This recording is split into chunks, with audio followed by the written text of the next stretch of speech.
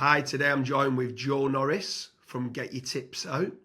And today's episode of the UK Sports Betting Tips podcast is surrounding football bets and what type of football bets that you provide daily football tips for, and what football bets are you specifically placing usually. Let's say for a weekend, it could be a weekend football ACCA or over 2.5 goals, both teams to score, half time, full time. Obviously, there's lots of different bet types that you could be doing. So what's your favourite type of football bets, Joe? Well, my favourite personally is a treble on the football.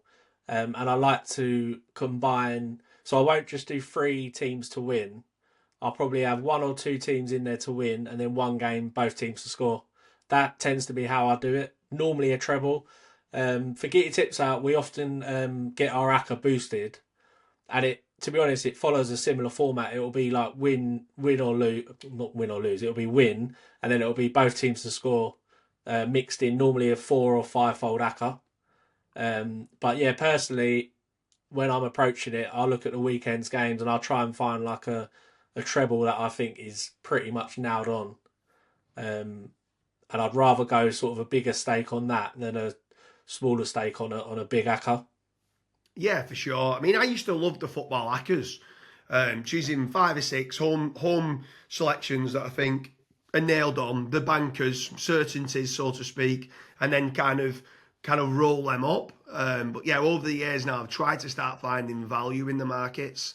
Yeah, I do like if I think it's going to be an open game, especially if I don't know why this is, but I kind of look for where I think there's going to be an open game and lots of goals, and I think the away team might win. And what I normally do is both teams to score an away team, and I'll choose 5 selections and I'll do doubles and trebles on the five yeah, selections. yeah. That's a good way. I mean, that's similar to me then, really, with the treble aspect of it. You're covering it. Yeah, for sure. You only need to get well, if you get three up, you get the treble up, and then you get in 3 doubles up as well. Yeah, Um, but yeah, sometimes I like doing as a bit of an outside. I might do a Yankee on a few, choosing where I think it's going to be a really, really tight game, and I might do like 4 draws.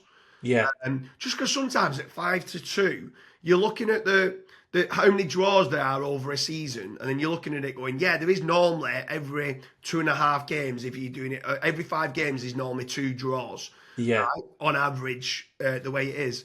But when you start discarding when top are playing bottom of the league, and then you start looking at it, normally it's one every 3 games is a draw, which then mm, means at 5-2 there's slight value. So where the teams are playing against each other that you think is going to be close, I do think there is some kind of mileage. The only thing is yeah. a lot of punters hate backing a draw because it's not people It's a like cop out sort of thing. yeah, Yeah, people like doing the outcome of these are going to win the game and stuff like yeah, that. So yeah, for that reason, it can be a bit of a boring bet. Uh, yeah. but sometimes I No, do. I can definitely see your angle in with it. I mean, something else to mention as well is if I'm watching a game, so if it's like a Super Sunday, I love having in play booking bets. Yeah, So I was watching Chelsea Arsenal the other day.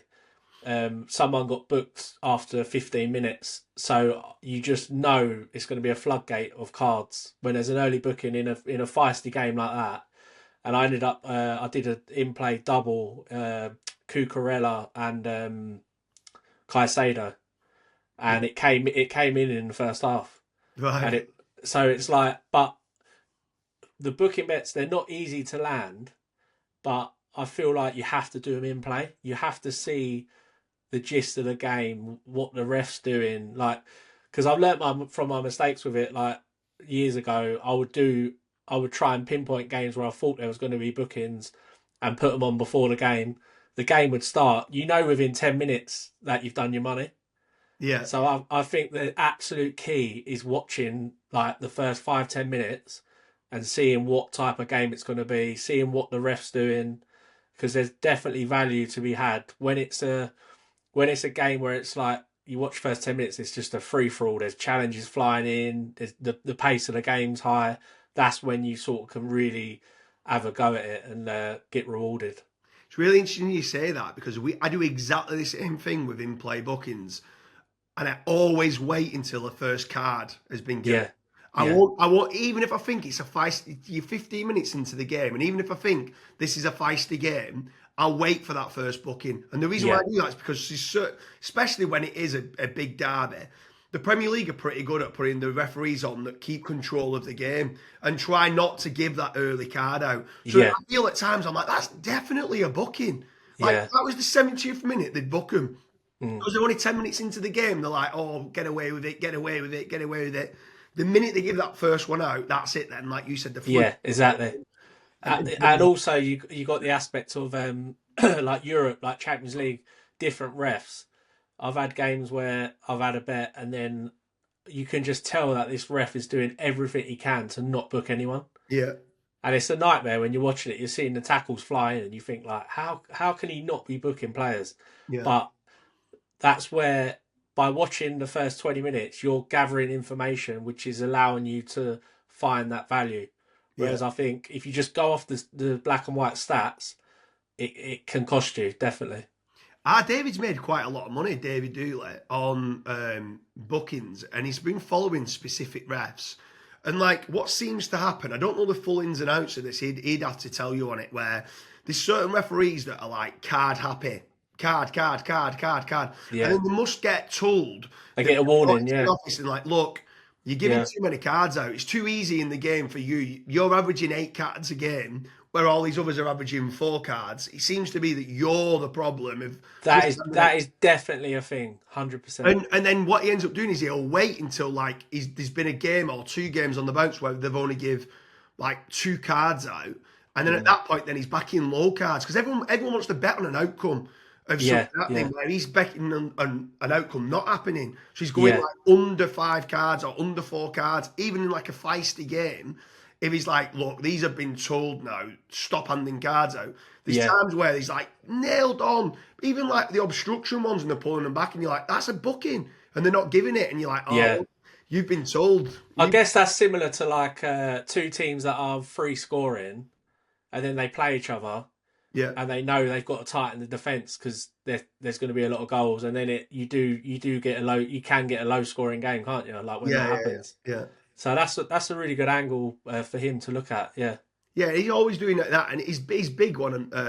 My brother David is on spread betting. So what he'll do as well is, especially in some midweek games, if there's a Champions League game on, or even at a weekend. So let's say it's Champions League on midweek. Champions League Premier League comes in on a Saturday, and they've rested 2 or 3 players, and the players that have come in have got a shirt number with 40 on the back, and they're playing up yeah. front. And he's backing shirt numbers times bookings Oh yeah, I remember you telling and me stuff this. like that. And he's won some serious money at SpreadX, Yeah, like doing the sports betting, like the spread betting on football. Especially if you can get in early before they adjust the prices. If you're one of the first to get the team news and you see there's some high shirt numbers on, yeah, he's won some serious money on the spread. yeah. But yeah, it's interesting you say that on the in-play. Is there anything else that you do with in-play football bets? Well, I was just going to mention as well, if anyone wants to follow the in-play bookings and stuff, we've got a Telegram group specifically for that. Yeah. So I'll give you the link and you can put it below this video. Yeah, for sure. So if anyone's watching this, what is your preferred football bets? Do you like both teams to score, the over 2.5 goals? One other one, Joel, I tell you what, we made a lot of money on over the years back in the day. We used to do lucky 15s, and they used to pay the treble the odds on first goal scorers. And our David used to like go in the lower league kind of clubs and find certain strikers that are like 30, 40 goals a season that should be like a short price, and they might have Yeah, got 7, 8 to 1 from score first, and you're like, that is good value. yeah. There's been plenty of times we've had like 3 and 4 up in a lucky 15 on that. But anyone who's watching this, what's your preferred football bet? Is it just flat out home team to win, away the lads? Like what is it? Leave a comment in the comment section. If you like more videos like this, make sure you subscribe to UK Sports Betting Tips podcast. It's been good having you, Joe.